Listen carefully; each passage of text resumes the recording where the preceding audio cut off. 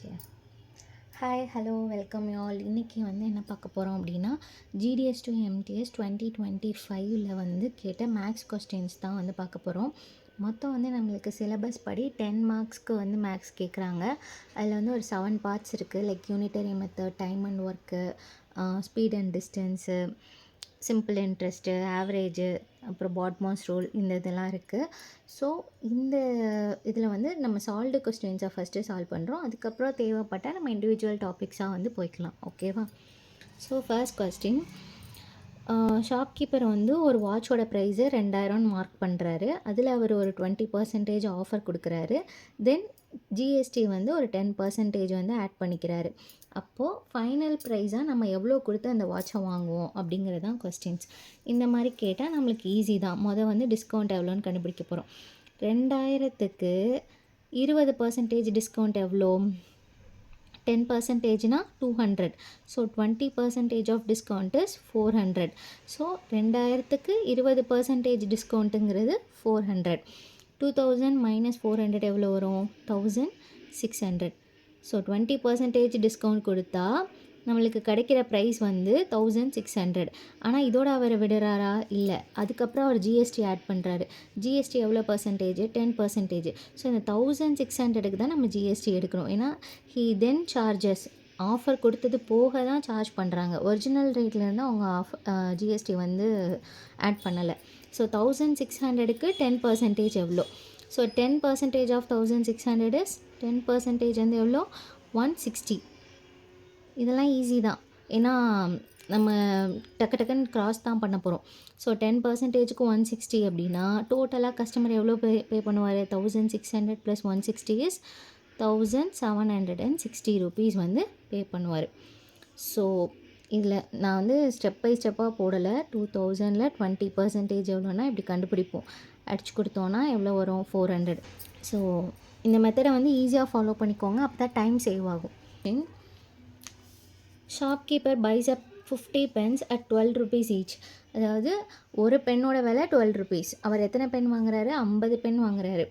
அதுக்கப்புறம் அவர் என்ன பண்ணுறாரு? 30 வந்து 20% ப்ராஃபிட்க்கும், ரிமைனிங் 20 வந்து 10% ப்ராஃபிட்க்கும் விற்கிறாரு. ஸோ ஓவரால் ப்ராஃபிட் எவ்வளோ? ஸோ ஒரு பெண்ணோட விலை வந்து எவ்வளோ? 1 pen is equal to 12. So 50 pen எவ்வளோ? அப்போது 15 × 12 600 rupees வருது. இந்த 600 rupees வந்து நம்மளுக்கு ஓவரால் காஸ்ட்டு. இப்போ நம்மளுக்கு என்ன, நான் ஃபஸ்ட்டு 30 பென்னை 20%க்கு விற்றுருக்காரு. ஸோ 30 பென் இங்கிட்ட எழுதிக்கலாம். தென் 20 பென் ரிமைனிங் இருக்கும்ல, அது இங்கிட்ட எழுதிக்கலாம். 30 × 12 எவ்வளோ? 360. 20 × 12 எவ்வளோ? 240. இந்த 360ல் ப்ராஃபிட் எவ்வளோ? 20%. 360க்கு 20% ப்ராஃபிட்னா எவ்வளோ வருது? 72. அதே மாதிரியே 240க்கு 10% ப்ராஃபிட்டு. ஸோ 24. 72 24. இந்த ரெண்டையும் ஆட் பண்ணால் நம்மளுக்கு ஓவரால் ப்ராஃபிட் ருபீஸ் கிடச்சிரும். 72 + 24 எவ்வளோ? 96. இந்த 96ஐ ஓவரால் ப்ரைஸ்லேருந்து நம்ம டிவைட் பண்ணணும். 600. அப்போ தான் நமக்கு ப்ராஃபிட் பர்சன்டேஜ் கிடைக்கும். இன்ட்டு 100 பர்சன்டேஜாக மாற்றுறதுக்கு 100 / total cost. So 1 3s are 6, 16%. So 16% தான் நம்மளோட overall profit. So a man bought a laptop for 10% discount. Market ப்ரைஸ்லேருந்து 10% டிஸ்கவுண்ட்டுக்கு ஒரு லேப்டாப்பை வாங்குகிறாங்க. அதை வந்து 54,000க்கு விற்கிறாங்க. விற்றுட்டு அதில் 20% வந்து ப்ராஃபிட் பார்க்குறாங்க. எந்த அமௌண்ட்டு? வித் அமௌண்ட்லேருந்து, அவங்க வாங்கின அமௌண்ட்லேருந்து.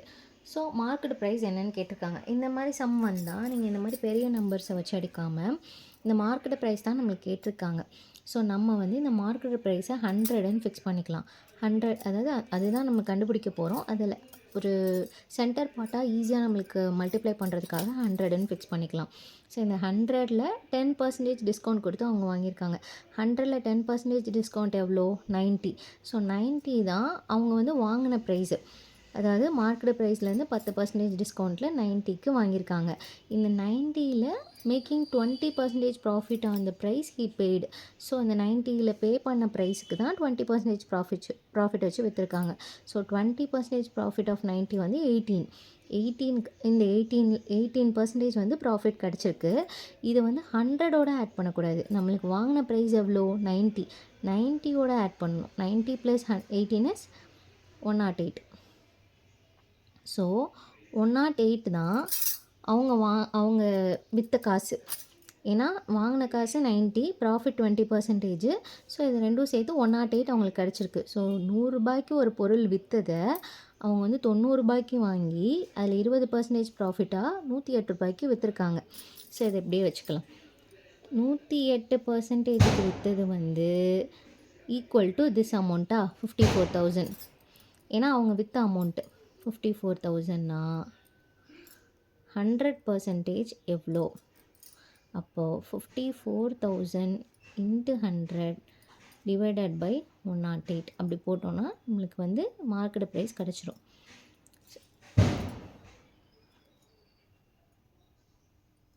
108 × 5 is 540. So 50,000. So market price வந்து 50,000. இப்போ அப்படியே ரிவர்ஸில் போங்களேன். 50,000க்கு ஒரு பொருளாக வாங்குகிறாங்க மார்க்கெட் ப்ரைஸை. அதில் வந்து ஒரு 10% டிஸ்கவுண்ட் கொடுத்து அந்த மேன் வந்து வாங்குகிறான். ஸோ 50,000ல் 10% டிஸ்கவுண்ட் எவ்வளோ 5,000. 5,000 போச்சுன்னா 45,000க்கு வந்து அவன் லேப்டாப் வந்து வாங்குகிறான். இந்த 45,000க்கு வாங்குறத 20% ப்ராஃபிட் வச்சு விற்கிறான். Which is 9,000. அப்போது 45,000ல் 9,000 ஆட் பண்ணணும். ஆட் பண்ணால் எவ்வளோ வரும் 54,000. சோல்வ் பண்ண அமௌண்ட் வந்து 54க்கு விற்றுருக்கான். அப்போது கிடச்சிச்சா? இந்த மாதிரி ரிவர்ஸ்லேயும் நீங்கள் செக் பண்ணி பார்த்துக்கிட்டிங்க அப்படின்னா ஈஸியாக இருக்கும். ஓகே, தெரியும். ஒரு பர்சன் வந்து 15,000 அமௌண்ட்டை வந்து இன்வெஸ்ட் பண்ணுறான். இது வந்து சிம்பிள் ஃபார்முலா தான். 8% வந்து ரேட் ஆஃப் இன்ட்ரெஸ்ட்டு. ஸோ எவ்வளோ வருஷத்தில் வந்து அவன் வந்து 21,000 எடுத்திருப்பான் அப்படிங்கிறது. ஸோ நம்மளுக்கு தெரியும் I is equal to that is simple interest formula is PNR/100. ஆனால் நம்மளுக்கு கொடுத்தது வந்து இன்ட்ரெஸ்ட் இல்லை, total amount at the end தான் 21,000 கொடுத்துருக்காங்க. So principal plus interest is equal to amount. So interest என்னென்னு கண்டுபிடிக்கலாம். Amount minus principal that is 21,000 minus 15,000 which is 6,000.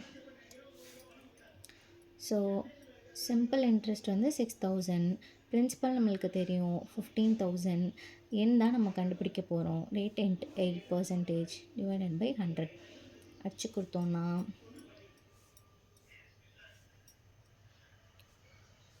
45.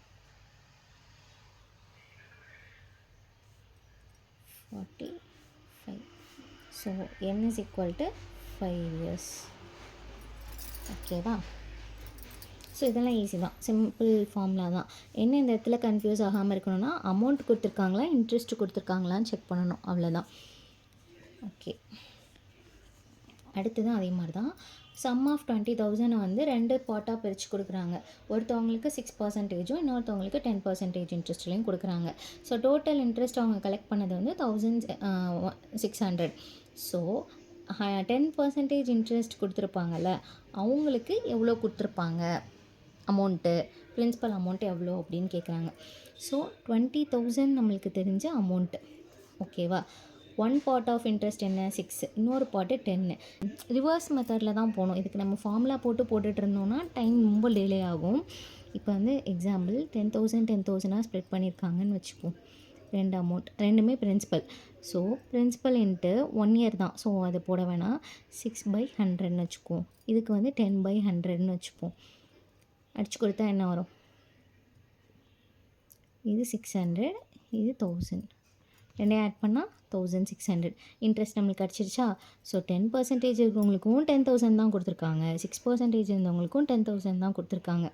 இது ஈஸியாக 10ஐயும் 6ஐயும் ஆட் பண்ணால் 16, இங்கே 1,600ன்னு வந்ததுனால நம்மளால் சொல்ல முடிஞ்சிச்சு. இதே இது வேறு சம்னா நம்ம வந்து ஃபார்முலா படி தான் போய் ஆகணும். ஒவ்வொன்றுக்கா PNR/100 போட்டு எப்படி பிரின்சிபல் ஸ்ப்ளிட் ஆகும் அப்படின்ட்டு. பட் அந்த மாதிரிலாம் கொஸ்டின்ஸ் வந்து எக்ஸாமில் கேட்க மாட்டாங்க. ஸோ 10% இன்ட்ரெஸ்ட் கொடுத்தவங்களுக்கு எவ்வளோ அமௌண்ட் கொடுத்துருப்பாங்க? 10,000. ஆமாம், ஆவரேஜ் வெயிட் ஆஃப் 8 மென் வந்து 70 கேஜி கொடுத்துருக்காங்க. அதுக்கப்புறம் வந்து ஒருத்தவங்க அதுலேருந்து போயிட்டாங்க. இன்னொருத்தவங்க 80 கேஜியாக இருக்கிறவங்க வந்து அதில் ஆட் ஆகிருக்காங்க. அப்படி ஆட் பண்ணும்போது ஆவரேஜ் வெயிட் வந்து 1 கேஜி வந்து இன்க்ரீஸ் ஆகுது. ஸோ அந்த ஒருத்தவர் லெஃப்ட் ஆகி போனார்ல, அவரோட வெயிட் வந்து எவ்வளோன்னு கேட்குறாங்க. ஸோ ஆவரேஜ் கொடுத்துருக்காங்க, நம்ம டோட்டல் வெயிட் கண்டுபிடிப்போம். 8 மென் கொடுத்துருக்கனால நம்ம 8 இன்ட்டு ஆவரேஜை வந்து மல்டிப்ளை பண்ணி வச்சுக்கிட்டா நம்மளுக்கு வந்து டோட்டல் வெயிட் கிடச்சிரும். So 8 7s are 5 60. ஸோ இது வந்து டோட்டல் வெயிட். இப்போது ஒருத்தவங்க ஆட் ஆகிறாங்க 80 கேஜி, ஆட் ஆனால் ஆவரேஜும் 1 கேஜி ஆட் ஆகும்னு சொல்கிறாங்க. அப்போ திரும்பியும் 8 மென்னுக்கு வந்து ஆவரேஜ் வந்து என்னவாக இருக்க போகுது, 71 கேஜி.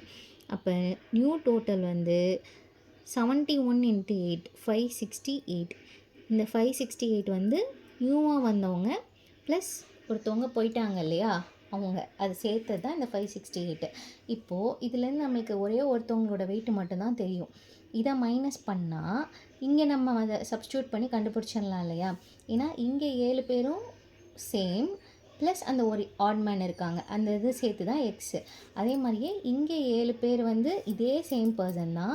அந்த எக்ஸுங்கிற பர்சன் 80 கேஜி ஆட் ஆகிருக்காங்க, அதுக்கு பதிலாக இந்த எக்ஸ் வந்து லீவ் ஆகிருக்காங்க. ஸோ இந்த 568லேருந்து 80 மைனஸ் பண்ணலாம். மைனஸ் பண்ணால் எவ்வளோ வரும், 488. 488. ஓகேவா. இது வந்து 7 மெம்பர்ஸ்க்கான வெயிட்டு. இங்கே அதே மாதிரியே 7 மெம்பர்ஸ்க்கான வெயிட் என்னன்னு நம்மளுக்கு தெரியணும். So 7 + x = 560. அந்த லெஃப்டான பர்சனோட வெயிட் வந்து x. So 560 - 488 which is 272. So 72 தான் லெஃப்டான பர்சன். புரியுதா. அதாவது 8 மென்னோட வெயிட் வந்து 70 கேஜி. அதை நீங்கள் கண்டுபிடிக்கிறதுக்கு வந்து டோட்டல் வெயிட்டை வச்சு தான் உங்களால் ஒரு சிங்கிள் பர்சனோட வெயிட்டை வந்து கண்டுபிடிக்க முடியும். ஆவரேஜ் வச்சு கண்டுபிடிக்க முடியாது. ஸோ டோட்டல் கண்டுபிடிக்கணும்னா என்ன பண்ணணும், average into number of men. So 8 × 70 560. அதே மாதிரி நியூ மெம்பர் ஆட் ஆனால் 1 கேஜி ஆவரேஜ்லேருந்து இன்க்ரீஸ் ஆகுதுன்னு கொடுத்துருக்காங்க. Increases by 1 kg. So 8 men நியூவாக ஆட் பண்ண மெம்பருக்கு வந்து 71ங்கிற மாதிரி ஆவரேஜ் மாறும். ஸோ இதுக்கு டோட்டல் வந்து 568, இதுக்கு டோட்டல் வந்து 560. இப்போது இதில் வந்து அந்த லெஃப்டான பர்சனோட வெயிட் இருக்குது, இதில் வந்து நியூவாக ஆட் ஆனவங்க வெயிட் இருக்குது. நம்மளுக்கு லெஃப்ட் ஆனவங்க வெயிட் தான் கேட்டிருக்காங்க, அது நம்மளுக்கு தெரியாது. ஸோ அது எக்ஸாகவே இருக்கட்டும். இதில் வந்து ஆட் ஆனவங்க வெயிட் நம்மளுக்கு தெரியும் 80 கேஜின்னு. ஸோ இதை மைனஸ் பண்ணால் நம்மளுக்கு 7 மென்னோட வெயிட் எவ்வளோன்னு தெரிஞ்சிடும். இப்போ 8 மென்னோட வெயிட் நம்மளுக்கு தெரியும், அதில் தான் லெஃப்டான பர்சன் இருக்காங்க. அதுலேருந்து 7 மென்னை மைனஸ் பண்ணோன்னா நம்மளுக்கு லெஃப்டான பர்சனோட வெயிட் எவ்வளோன்னு தெரிஞ்சிடும். That is x = 72 KG. 12 days. B வந்து 18 days. 2 பேரும் சேர்ந்து 4 days ஒர்க் பண்ணுறாங்க. தென் A வந்து போயிடுறாங்க. B finished it alone. So total days to finish the work எவ்வளோன்னு கேட்டிருக்காங்க. நான் எப்பவுமே இந்த மாதிரி சம்ஸை வந்து எப்படி செய்வேன்னா, A வந்து 12 days ஒர்க் பண்ணுறாங்க, B வந்து 18 days ஒர்க் பண்ணுறாங்க. So A and B together work பண்ணணும்னா எத்தனை யூனிட்ஸ் ஆஃப் ஒர்க் வந்து தேவைப்படும். நான் யூனிட்ஸ் பேஸில் தான் செய்வேன். இதை நான் தனியாக வேணால் டைம் அண்ட் ஒர்க் கிளாஸ் வந்து செப்பரேட்டாக நடத்துகிறேன். 12 18 இது வந்து 36ஆல் எல்சிஎம் எடுத்தால் 36 வருமா. 18ம் 36ஆல் டிவைட் ஆகும், 12ம் 36ஆல் டிவைட் ஆகும். அதுதான் நம்மளுக்கு காமன் டேர்ம். இந்த 36 தான் வந்து நம்மளுக்கு டோட்டல் யூனிட்ஸு. ஸோ இப்போ இண்டிவிஜுவல் யூனிட் கண்டுபிடிக்கணும்னா 36 - 12 டிவைடட் பை 12. ஸோ 3ஆல் டிவைட் ஆகும், இது 2ஆல் டிவைட் ஆகும். ஸோ A மட்டும் ஒர்க் பண்ணால் 3 யூனிட் ஒர்க்கு, B மட்டும் ஒர்க் பண்ணால் 2 யூனிட் ஒர்க்கு. 2 பேரும் சேர்ந்து 4 days ஒர்க் பண்ணியிருக்காங்க. ஸோ 3 யூனிட்டும் 2 யூனிட்டும் சேர்ந்து எத்தனை நாள் ஒர்க் பண்ணியிருக்காங்க, 4 days. 3 + 2 unit into 4 days which means 20 part of ஒர்க்கை வந்து முடிச்சிருக்காங்க. அதுக்கப்புறம் வந்து A வந்து கிளம்பிடுறாரு. ஸோ 36 பார்ட் ஆஃப் ஒர்க்கில் 20 பார்ட் ஆஃப் ஒர்க்கை 2 பேரும் சேர்ந்து கம்ப்ளீட் பண்ணியிருக்காங்க. அப்போ 36 - 20 which is 16. அதுக்கப்புறம் B மட்டும்தான் செஞ்சுருக்காங்க. ஸோ Bயோட யூனிட் எவ்வளோ, 2. So 16 divided by 2 which is 8. 8 வந்து அதுக்கப்புறம் B தனியாக செஞ்சது. ஆனால் முதல்ல Aயும் Bயும் எத்தனை நாள் சேர்ந்து செஞ்சுருக்காங்க, 4 நாள். So 8 + 4 = 12 days. ஏன்னா நம்மளுக்கு கேட்டிருக்கிறது total days to finish the work. இதை வந்து நான் தனியாக டைம் அண்ட் ஒர்க் நடத்துகிறேன். இது ரொம்ப ஈஸியான மெத்தடு. ஸோ இந்த மாதிரி வந்து நம்ம டோட்டல் ஒர்க் கண்டுபிடிச்சி யூனிட்டாக டிவைட் பண்ணி நம்ம இது வந்து தனியாக ஃபார்முலா படி போட்டோம்னா ரொம்ப லேட் ஆகிட்டே இருக்கும். இப்போ இந்த 4 டேஸ் அவங்க சேர்ந்து செஞ்சாங்கங்கிறத யூனிட் வச்சு கண்டுபிடிச்சிட்டோன்னா 2 பேரும் சேர்ந்து செய்கிறது 5 யூனிட்டு. எத்தனை நாளைக்கு செஞ்சுருக்காங்க? 4 நாள். இது டோட்டல் ஒர்க்லேருந்து மைனஸ் பண்ணிட்டா நமக்கு ரிமைனிங் ஒர்க் கண்டுபிடிச்சிடலாம். ரிமைனிங் ஒர்க்கை பி மட்டும்தான் பண்ணியிருக்காங்க. ஸோ பியோட யூனிட் நம்மளுக்கு தெரியும் 2 யூனிட். அதை டிவைட் பண்ணால் 8. 8 + 4 is 12 days. Meter actually speed is equal to distance by time. So நம்மளுக்கு வந்து டிஸ்டன்ஸ் வந்து சேம் தான். ஸோ ஸ்பீடும் டைமும் ஒரே சைடு இருக்கணும். டிஸ்டன்ஸ் வந்து ஈக்குவலாக இருக்கணும். அதாவது டிஸ்டன்ஸ் வந்து சேமுங்கிறனால speed time which is equal to d1 d2. அதாவது speed 1 d1 speed 2 into d2 equal to d2. So இந்த ரெண்டும் ஈக்குவல் தான் பண்ணணுமே தவிர்த்து 60 கிலோமீட்டர் க்ராஸ் பண்ணிலாம் அடிக்கக்கூடாது இதில். இப்போது 60 கிலோமீட்டர் 4 ஹவர்ஸில் அதே மாதிரியே d2 20 இன்க்ரீஸ் பண்ணுறாங்க. ஸோ 60 + 2 80 கிலோமீட்டரை எவ்வளோ ஹவர்ஸில் ரீச் ஆவாங்க? டைரக்ட் ரிலேஷன் தான் இது. So 60/4 × 80 3 hours. 3 ஹார்ஸில் ரீச் ஆகிடுவாங்க ஸ்பீடை கூட்டும் போது. இதை நீங்கள் இதை வச்சே கண்டுபிடிச்சிடலாம். ஸ்பீடு கம்மியாக இருக்கும் போது டைம் அதிகமாகும். பட் ஸ்பீடு இன்க்ரீஸ் பண்ணுறோம், அப்போ டைம் கம்மியாகணும்ல, அதுதான். 18 ஒர்க்கர்ஸை வந்து ஒரு ஜாபை முடிக்கிறதுக்கு ஹையர் பண்ணுறாரு. எத்தனை நாள்னா 24 நாளில். அவங்க வந்து ஒரு நாளைக்கு 6 மணி நேரம் ஒர்க் பண்ணுறாங்க. ஸோ டோட்டல் ஒர்க்கு இதை வந்து நான் இன்னொருக்கு சொல்கிறேன். அதாவது கான்ட்ராக்டர் வந்து 18 ஒர்க்கர்ஸை வந்து ஒரு ஜாபை கம்ப்ளீட் பண்ணதுக்கு கூப்பிட்ருக்காங்க. ஸோ டோட்டல் ஒர்க்கு நம்மளுக்கு நடக்கணும் அப்படின்னா 18 ஒர்க்கர்ஸை வச்சு 24 நாளில் 6 மணி நேரம் ஒரு நாளைக்கு வேலை செய்கிறாங்க. So 24 day into 16 hours per day. So day get cancelled. 18 men workers. So இதெல்லாம் மல்டிப்ளை பண்ணி வர ஆன்சர் தான் நம்மளுக்கு மேன் ஹவரில் கிடைக்கும். இந்த ஒரு வேல்யூ. ஸோ அந்த வேல்யூ என்னன்னு பார்த்தோன்னா 2592. ஸோ அதுக்கப்புறம் என்ன ஆகுது? 8 days of work. 8 days of work முடிஞ்சதுக்கப்புறம் 6 பேர் லீவ் ஆகிடுறாங்க. அப்போது அந்த 8 days ஆஃப் ஒர்க்குக்கு எவ்வளோ டோட்டல் ஒர்க்குன்னு நம்ம கண்டுபிடிக்கலாம். 8 days மட்டும் அவங்க எவ்வளோ வேலை செஞ்சுருப்பாங்கன்னு. இப்போ இந்த 18 ஒர்க்கர்ஸ் இருக்காங்களே, இந்த 18 ஒர்க்கர்ஸும் 8 நாள் 6 மணி நேரம் வேலை பார்த்தா எவ்வளோ வேல்யூ? அது எவ்வளோ வருது? 848 வருது. இது ரெண்டையும் மைனஸ் பண்ணால் 1744 வரும். இதுதான் நம்மளுக்கு ரிமைனிங் ஒர்க்கு. அதாவது 8 நாளைக்கு அப்புறம் கழித்து நடந்த ஒர்க்கு. இப்போ 8 நாளைக்கு அப்புறம் கழித்து 6 பேர் லீவ் ஆகிடுறாங்க. அப்போ மொத்தம் எத்தனை பேர் இருப்பாங்க ரிமைனிங் ஒர்க்? அப்போது 18லேருந்து 6 பேர் போயிட்டா 12 பேர் இருப்பாங்க. அவங்க எல்லாம் எவ்வளோ நேரம் ஒர்க் பண்ணணுமா? 8 மணி நேரம் ஒர்க் பண்ணணுமா? நம்மளுக்கு டேஸ் தெரியாது. டேஸை தான் நம்ம கண்டுபிடிக்க போகிறோம். ஸோ எவ்வளோ? 96 man hour.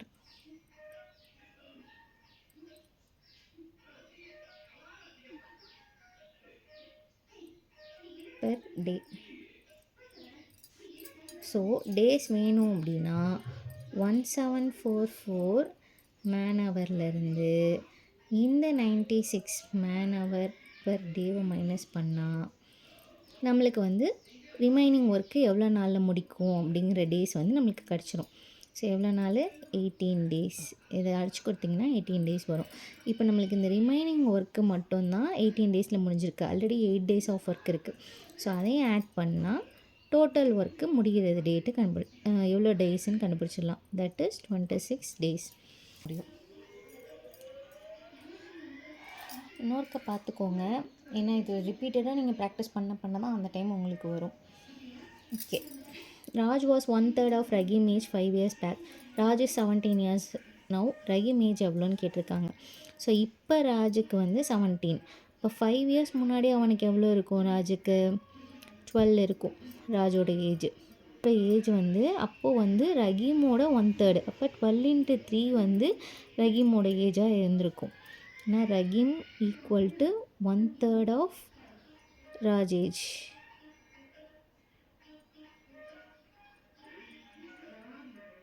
So Raj age is equal to Rahim age is equal to 36.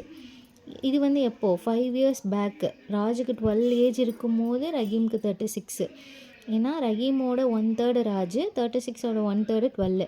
So இப்போது வந்து 5 ஆட் பண்ணிட்டோம் அப்படின்னா ரஹீமோட ஏஜ் 41.